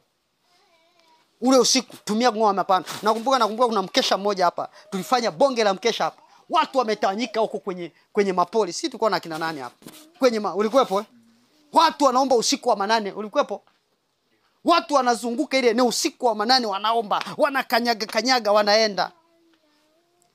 Kachawi kamoja kamekuja kamepuliza tu. Eti naona sinzia. Mchungaji, yani wachawi. Nitakupiga kofi. Wewe usingizia wachawi. Nitakupiga kofi, usiniambie tena. Wewe omba. Unaogopa mchawi? Wachawi lazima wawepo. Wachawi lazima wawepo ili tutunishane nguvu. Tuone nani ana nguvu kati ya bwana wao na bwana wetu. Na ndio maana ukishindwa mchawi anakuconvert, unakuwa upande wake. Na wewe ukishinda unamconvert, anakuwa upande wako. Unanielewa? Sasa nani atamconvert mwenzake kati ya mchawi na wewe? Wewe usiyeomba, unategemea umconvert mchawi aje upande wako. Hawezi kuja kwako. Lazima uonyeshe nguvu kwamba nina nguvu kuliko wewe. Mungu aliwacha wana Israeli wapitie tufani ili wajifunze. Kuna wakati mwingine Mungu ataleta wabaya kwako ili uombe. Narudia tena. Kuna wakati mwingine Mungu atakupitisha njia ambayo sio ya mkato ili uombe. Kwa sababu anajua akikupitisha njia ya urahisi hautaomba. Akikuletea mwiba utaomba. Ndio anakuletea mwiba katikati yako. Amina. Ili uombe kwamba sasa nimekuwa nimejidai umefanya uombi, sasa subiri nakuletea mwiba. Anakuletea kina Iskanda wanakusumbua ili uchuchumilie kwenye magoti hapo. Usipochuchumilia unakufa. Na anakuwa kwa afu nasema Mungu naomba nisamehe, mjinga sana. Mungu ameniua, hakuna. Sasa niletea mwiba ili usimame, ili uombe, lakini wewe ukuombe. Jambo la 5. Huo ni wakati gani? Jambo la 4 si la 5. Jambo la 4 nimesema ni wakati wa kungoa. Jambo la 5 ni wakati wa kupambana na nguvu zilizo miliki mji.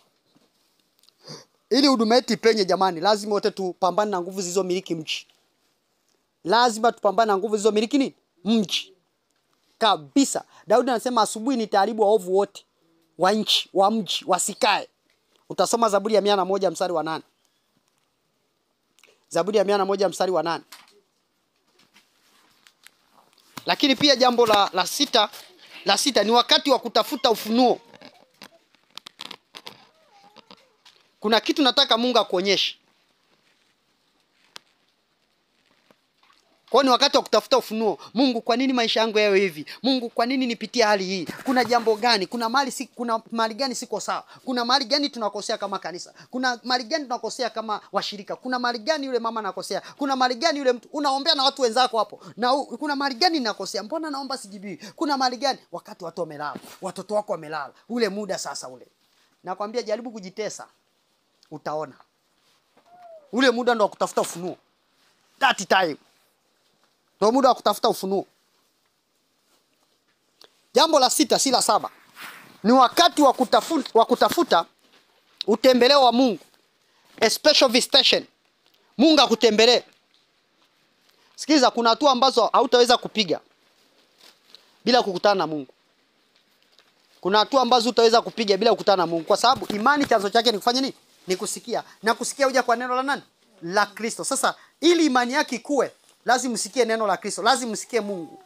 Kuna watu imani zao zinakuwa kwa kumsikia Mungu. Kwa Mungu kukusemesha, aidha kwenye ndoto, aidha kwenye maono, imani yake inakuwa. Nimeota ndoto hii, nimeota ninapaa, nimeota tunanyakuliwa, nimeota, yani ndoto, imani yake inakuwa kwa kusikia sauti ya Mungu. Kwa Mungu amekutendea hili, imani yake inakuwa kwa sababu Mungu amekutendea jambo. Kuna watu imani zao hazitakuwa bila kukutana na Mungu. Aidha kwenye maisha yao, kwenye mambo yao, kwenye njia wanazopita, kwenye vitu walivyo navyo, imani yao haitakuwa mpaka wakutana na Mungu. Kwa unapokutana na Mungu, imani yake inafanya nini? Inakuwa. Na nataka nikuombe usilale fofofo ndugu yangu. Kuna gharama ya kulipa kama utalala fofofo. Ukilala fofofo, nataka nikwambie, kung'oa yaliyopandwa ni ngumu sana. Hali unayopitia, kuna roho fulani ulikutana nayo. Kuna roho fulani ulikutana nayo. Iwe ni hali mbaya au hali nzuri, kuna roho fulani ulikutana nayo. Hali yoyote. Jambo la 8. Huo wakati wa usiku ni wakati wa kufanya maombezi kwa ajili ya watoto wako. Maombezi kwa ajili ya jamii yako, watu wako na ndugu zako. Hatima ya masomo yao. Mungu awape kusoma vizuri. Mungu awape kuendelea vizuri, wafike kwenye hatima yao vizuri. Hatima ya maisha ya ndoa yako.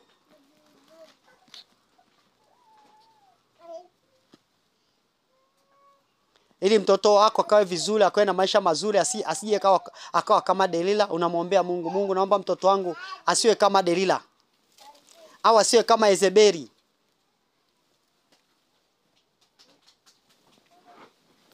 Omba mume wako asiwe mzigo. Kuna watu waume zao ni mizigo.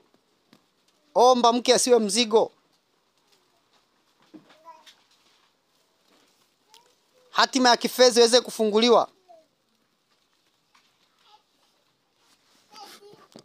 Hata watoto wako wajue kujitafutia hata fedha. Waombe. Wawe na akili ya kujitafutia fedha. Daudi anasema sijai kuona mwenye haki ameachwa, wala watoto wake wanaomba mikate wapi? Barabarani. Manake watoto wako hata wasioomba. Kuna watu hapa wazazi wao wakifa tu, watoto wanakuwa machokora. Wanakuwa omba. Manake atuwafundisha hata watoto namna ya kujitafutia, kuwa busy. Kuna jana walikuwa wananisimulia habari za kijana mmoja wa Makita. Anasema yule kijana anafua nguo, anawasha vyombo, anachotea watu maji. Mimi nikamsifu, kaambia very good hiyo kijana. Huyo kijana hawezi kuiba, kwa sababu anajifanyia shughuli, anapata fedha. Ukiwa na mtu ambaye hawezi kujishughulisha, hawezi kufanya chochote, huyo natakiwa nikwambie, akifa yule mtu anayemtegemea, anaweza kajiuza hata kujiuza. Mimi nakwambia, lazima hata watoto wetu wafundisheni kuchakalika. Bwana Yesu asifiwe sana. Wafundisheni kuchakalika. Mimi nishawasimulia maisha yangu nikiwa sekondari. Mimi nimefanya kila biashara kila aina. Kila biashara nimefanya. Nimezunguka kila pahali nikiwa kwetu. Kufanya biashara. Maana yake kijana lazima uchakalike. Maana yake sio mtu wa kuchagua kazi. Mabinti wa leo au vijana wa leo hapa kuzungusha hata mboga, naona hivi. Mboga hii, mandazi, watanionaje? Hawezi fanikiwa. Mimi niwahi kuzungusha, niko sekondari, nazungusha kumbikumbi. Mnazifahamu kumbikumbi? Nauza kumbikumbi kwa baiskeli, nazungusha. Pata kumbikumbi wazuri, nauza mtaani. Hao wanasema kijana anauza, baadaye nikimaliza mahesabu anasema kijana na hela. Baadaye wanakutamani. Hao waliokuwa wanakucheka, anauza maji, baada ya muda ana hela jamani. Acha ujinga, lazima uchakalike. Yaani lazima. Ukiona mtu anasema naona aibu kufanya biashara, hawezi kuwa na hela. Hawezi. Ukitaka mafanikio yote, achana na aibu. Mimi kwa sababu nakuta muda mwingine nabanwa kwa shughuli hizo nazo. Mimi hata biashara unaona watoto wanaogopa, sikuuza mgawa, mimi naweza kaenda hata kwenye mgawa. Naweza nikafanya chochote kile. Alimadamu ni halali. Alimadamu hakina madhara, nitafanya. Sasa leo tuna watu tegemezi kwa sababu aibu. Kisha kuwa na aibu, umelogwa. Shetani amekuloga kwenye aibu. Ila kufunga, natafuta biashara kubwa utaipata lini? Mimi natamani nije niwe na yadi, nauza magari. Naanzaje kuwa na yadi wakati umekataa ndogo ndogo? Wamama hapa kanisa wakasema tunahitaji kuwa na biashara ya nini? Ya mgahawa. Wakaanza na kuandaa vyumba. Si vyumba vilishia wapi? Walishapotelea. Hakuna tena vyumba vya migahawa, hakuna tena. Waulize wamama wanaouza migahawa walivyo na hela. Waulize. Yaani waulize kwa siku wewe ukinunua mchele kilo moja unazalisha shilingi ngapi? Muulize atakwambia. Paka saa 12 anawapa wale wafanyakazi wale 3 kwa siku. Yeye anabaki na hela ndefu. Tunakosa vya kumtolea Mungu hapa kwa sababu hatuna shughuli. Tunaona aibu. Ile watu wa mataifa wanafanya na wana hela. Muona watu walivologwa? Ni kulogwa, aibu. Wale kijana anasema kanaosha vyombo, wanasema kanafua nguo, wanasema yaani shughuli zote kanafanya. Ukikauliza pochi kanafanya? Kanayo. Wewe mwenye aibu? Tunatia huruma. Tunatamani huduma kusonga mbele. Tusonge mbele, alafu tunaona aibu. Hawezi songa mbele. Leo tumeamka hapa hatuna hata betri. Sikuwa na betri hapa. Bwana kaongoza si watumishi wa 8 wakapiga simu sio wakaleta betri. Hatakuwa na betri hapa. Na mimi sinaga kisingizio, nikiwa sina kitu, sina, nitaenda vile vile. Yaani nikiwa sina, namwambia Bwana wewe unajua mimi hata kwa mdomo nitaenda. Kwa sinaga yese, jamani, hatuna betri hapa kanisani. Mnaonaje watumishi? Sina huo muda. Kama roho Bwana hajakusemesha, sina muda. Nitaendelea kadri Bwana anavyosema. Tusitie huruma na tusitie aibu. Nyakati hizo nazo ni nyakati ambazo tunahitaji kujichanganya. Kufanye mambo halali kwa ajili ya kusudi la ufalme. Kusudi la Bwana. Unaona kijana ulivyokuwa unajichangalika kule mbele. Ule mwendo ule tayari umeshakula mtaji. Naongea na wewe. Kule mbele ulikuwa unachakalika vizuri sana. Haleluya mtumishi wa Bwana. Naongea na wewe. Kwa nini? Kwa sababu najua Mungu alikuwa akiendelea kutembea nao vizuri. Haijapita siku, wiki, mwezi. Baba natuma fungu langu la 10. Siku nyingine natuma fungu langu la 10. Yaani unaona trend inavyoenda. Trend inavyoenda. Ulikuwa unafanya vizuri. Sasa sijui wakakucheka wenzako, si wakakudharau, si wakafanya nini, ukaona wananicheka. Ukaacha ile moja kujumlisha 2 unapata 3. Kumbuka moja ni sehemu. Kuna mali moja inakaa na kuna mali moja nyingine inakaa. Unapopata 3 umepata eneo lingine. Ndio maana mchoro unatofautiana. Wale wana mahesabu 3 inachorwa hivi. Inachorwa hivi. Maana yake ni sehemu. Kwa unapopata 3 umepata sehemu nyingine. Unapopata 4 umepata sehemu nyingine. Zile ni sehemu. Sasa ukiona aibu imekula kwako. Kwa ule mwendo uliokuwa unaupiga ule. Ndio unatakiwa upige. Yaani usiishie hapo. Kuna wakati unaweza ukaja ukawa na biashara mpaka ukasahau habari za kuajiriwa. Kwa sababu kuajiriwa ni utumwa ambako kila mtu anapambana ni utumwa, unamilikiwa muda.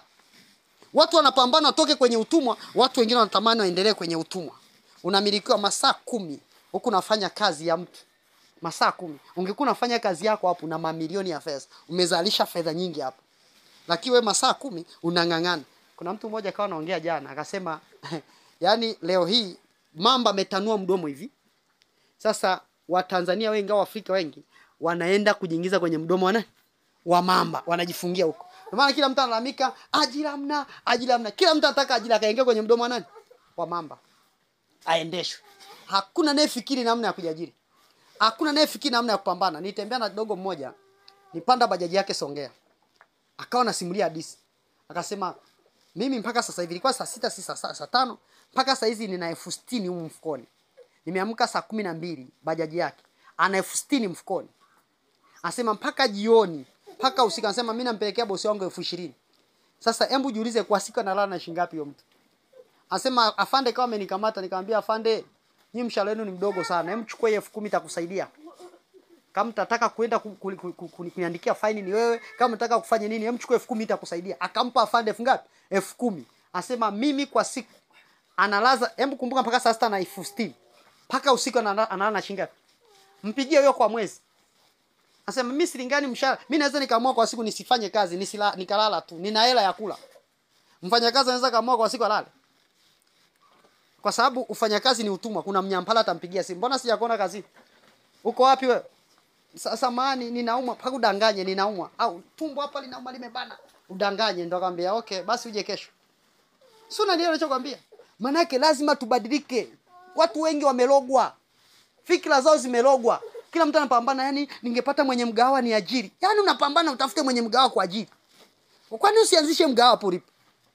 Yani mimi natafuta mtu anipe shamba lake nimlimie anipe 70,000. Yeye mtatafuta mtu amlimie shamba kwa 70,000. Baada ya kupambana apate shamba alime yeye mwenyewe. Anatafuta shamba la kibarua.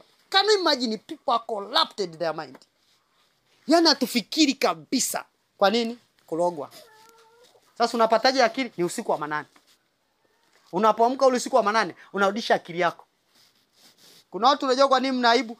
Bado mko watoto. Yaani hamjaifunguka. Mko vile vile watoto. Baba atanichapa, bado mko vile vile watoto, hamjaikombolewa akili. Ndio maana mko kule kule. Hamjai kufikiria namna gani ya kufungua makampuni. Namna gani ya kufungua mambo makubwa sana. Hatujaifikiri. Naongea na watakatifu wa Bwana hapa. Amina. Tuache kuinamishwa, ni wakati wa kuinuka. Wakati wa kwamba vijana mnasoma shule, ni wakati wa kupambana. Ni wakati sasa wa kutamka future yenu. Sio mawazo yale yale kwamba tunawaza tu kwenda kwa ajili. Kwani usifikiri bwana, yamkini kuna mgodi, yamkini kuna mimi ni mwanzilishi wa shule fulani. Yamkini kuna kitu zaidi ya kuajiriwa. Zaidi ya kupewa 700,000 na serikali. Ukao unazalisha milioni 5 kwa siku au milioni 10 kwa siku. Bwana Yesu asifiwe sana. Hayo ni lazima tuyamkie usiku wa manane. Lazima tukatae maisha hayo. Yale maisha yanayotungangania, tunakataa usiku wa manane. Tunapokataa usiku wa manane tunapanga maisha yetu. Na baada ya muda, ni issue tu ya muda. Baada ya muda wataanza kuambia shikamoo hata kama ni mtoto mdogo. Wanakuambia bosi unasemaje? Sasa hizi Waswahili wanasema bosi anunii. Yani unapita kwa watu wanakuchekea. Kwa nini wanataka kitu? Wanataka fedha. Kwa nini sio wewe? Kwa nini sio wewe? Ni kungangana usiku wa nani ataanza kungangana usiku wa manane? Nimpate mtu atakayeanza kungangana asema kwa kweli mimi nitaanza kungangana usiku wa manane. Ni kweli nauma, lakini nitaanza kungangana usiku wa manane. Nani? Nataka nione mikono, sio amen, sione mikono hapa. Nyosha kwa ujasiri nione kama utangangana usiku wa manane. Na usinyoshe kama utangangana, nyosha kwa kumaanisha kwamba kweli mtumishi nitangangana usiku wa manane. Ni moja. Usimnyoshe mwenzako. 1 2 3 4 5 6 7. Wewe hujanyosha au vipi? Mbona sikuelewi? 7 8 9 10 11 wote naona ni wote huko. Wewe hujanyosha. Hajaelewa kinachoendelea. Wewe usinyosha kwa hujaelewa kinachoendelea. Wewe jamaa hajaelewa kinachoendelea. Umelala sana leo. Usingizi mtamu Kanisani usingizi mtamu sana. Sasa tumeamua kukubaliana kwamba tutaamka usiku wa manane. Sasa nitaomba namba za watu humu, wala ambao sina namba zenu.